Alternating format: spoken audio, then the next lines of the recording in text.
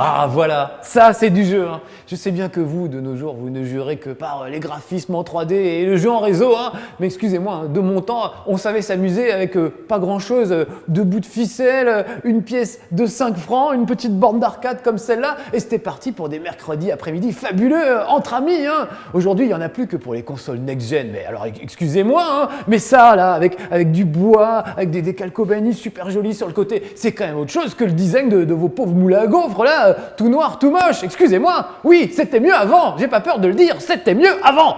Tiens, même d'ailleurs aujourd'hui, allez, soyons fous, je passe carrément en mode Jean-Pierre Pernaut pour vous proposer un reportage sur des artisans bien de chez nous qui perpétuent une tradition et un savoir-faire ancestral.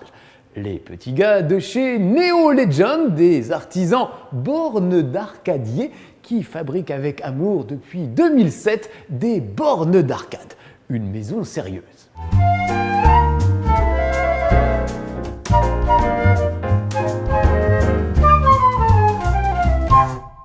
C'est ici, au cœur de ce pittoresque 12e arrondissement de Paris, que se niche l'atelier de nos petits artisans bornes d'arcadier. Depuis 2007, il y a plus de 7 ans, et oui, ces fervents défenseurs du jeu vidéo antique perpétuent la tradition pour le plus grand plaisir des gamers petits et grands. Le 7, un chiffre qui porte bonheur, hein, puisque c'est mon Final Fantasy préféré, et aussi parce qu'on retrouve le 7 dans le numéro de l'adresse de Neo Legend.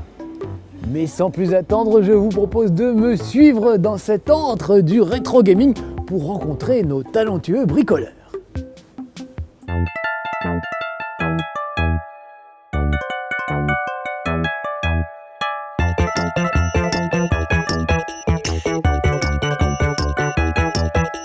Messieurs, bonjour. Bonjour.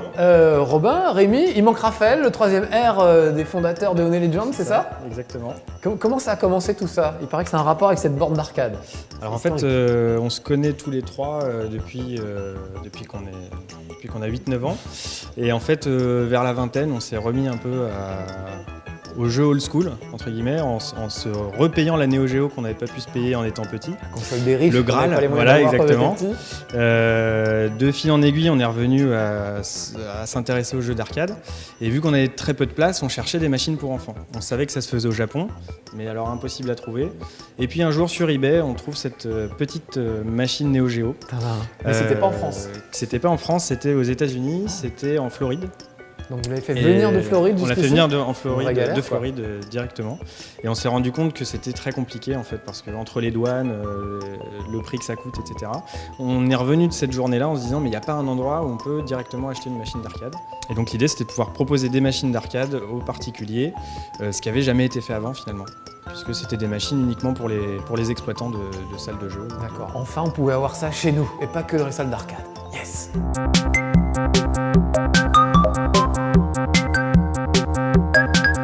Qu'est-ce que c'est que toutes ces vieilles bornes, Rémi? C'est magnifique. Alors c'est ici qu'on entrepose toutes les belles trouvailles qu'on a réussi à faire ces derniers temps.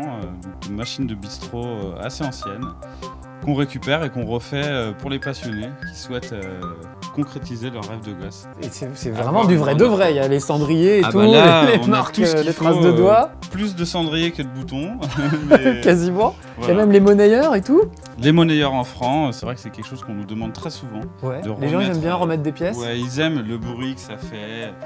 Voilà, les pièces, retrouver ces vieilles pièces qu'on n'a pas vues quand même depuis au moins 10 ou 15 ans. T'as même retrouvé un gros paquet de pièces de 5 francs dans une une machine, gros paquet de pièces de 5 francs en argent. De dingue. Et donc les gens, ils aiment jouer parce que ça limite leur temps de jeu en fait. Oui, et puis ouais, ils aiment bien la aussi. fierté. Ouais. La fierté du gamer. Dire aux enfants, voilà, t'as une pièce, débrouille-toi. Ça c'est pas mal. Joue le plus longtemps. C'est pour votre bien ça, les enfants. Ça vous apprendra à être meilleur et à jouer moins longtemps. Et à manger 5 fruits et légumes par jour.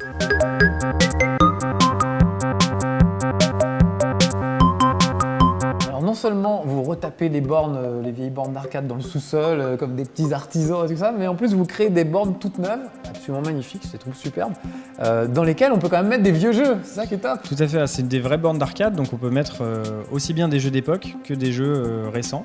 Vu que c'est sur un écran LCD HD, mais super propre, c'est pas comme quand j'étais jeune. On arrive quand même à retrouver le charme d'époque, puisqu'on est capable de rajouter du skyline avec des générateurs de Tu veux dire, vous skyline. dégueulassez l'image exprès pour que ça ressemble aux vieux écrans cathodiques. Un peu comme les vieux jeans qu'on délave, nous on fait pareil avec les. Même chose avec l'image. Putain, c'est dément. Pour que ça garde le côté naturel. Voilà. Mais on peut aussi bien mettre une Xbox 360 à l'intérieur ou une PS3. Ouais. Donc là, par exemple, il y a une Xbox 360 là-dedans. Voilà, il y a une Xbox 360 oui, avec. Regardez, c'est dingue. Super on peut mettre Street une Fighter PS3, une Xbox qu'on veut. Ce qu'on veut, un PC, un Mac, une Xbox, une PS3. Génial. Mais on peut jouer avec, directement avec et un vrai meuble. le vrai matériel, pareil qu'au Japon. Matériel pro de tournoi. Par exemple, on peut jouer en ligne sur sa borne. C'est quand même la classe. Et puis surtout, les filles, ça libère la télé du salon. Vous pouvez regarder M6 Déco pendant que nous, on joue sérieusement dans la chambre. C'est quand même classe.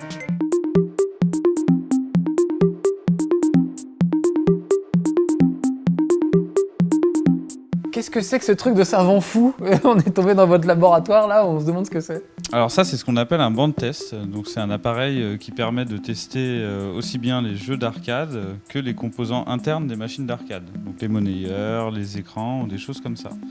On va pouvoir tester aussi bien des jeux très anciens sur l'écran cathodique qui est là, que des consoles de salon qui sont plus récentes sur un écran plat relativement standard. Ça permet de trouver dès qu'il y a une panne, on t'amène. Et ça permet effectivement de diagnostiquer les pannes rapidement.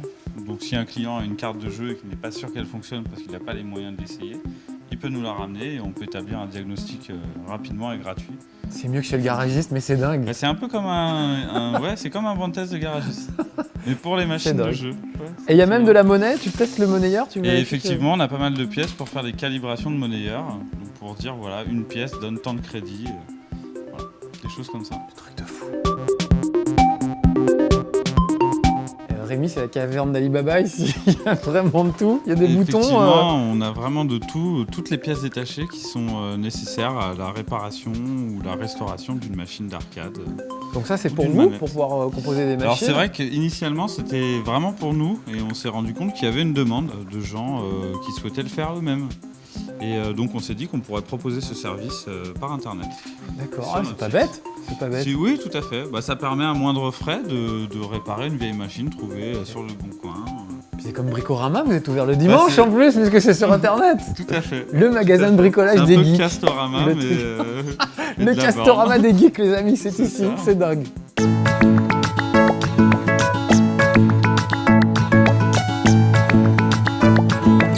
Rémi, on se croirait chez la marchande de bonbons, là, c'est magnifique, j'adore. C'est vrai que ça y ressemble, donc c'est toutes les pièces détachées qui permettent de choisir les coloris de sa machine pour qu'elles soient en association avec les jeux qu'on a choisis, la déco du salon. La déco du salon, les goûts de madame. Ah oui, les filles, soyez sympas, laissez-nous quand même choisir ce qu'on veut. Mais donc, ce que je trouve génial, c'est que non seulement vous réparez les vieilles bornes, vous en créez des nouvelles, mais vous transmettez votre savoir-faire aux gens, en fait. On peut venir ici et se créer sa borne d'arcade comme on veut, dans moins de détails. On essaie de rendre ça le plus facile possible et le plus accessible pour que les gens le fassent eux-mêmes, parce que c'est vraiment notre démarche. Vous voulez évangéliser la terre entière, que tout le monde ait des bornes d'arcade chez lui. On essaye. J'espère que vous y arriverez.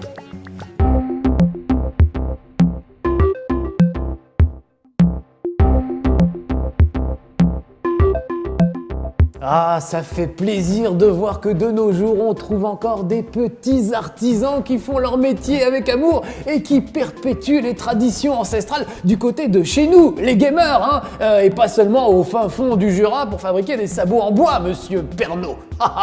Bon, les jeunes, trêve de plaisanterie, j'espère que tout ça vous aura donné envie de lâcher un peu vos consoles next-gen pour vous tourner vers notre cher patrimoine. Comme je dis toujours, c'était mieux avant, mais c'est pas mal aussi maintenant quand même.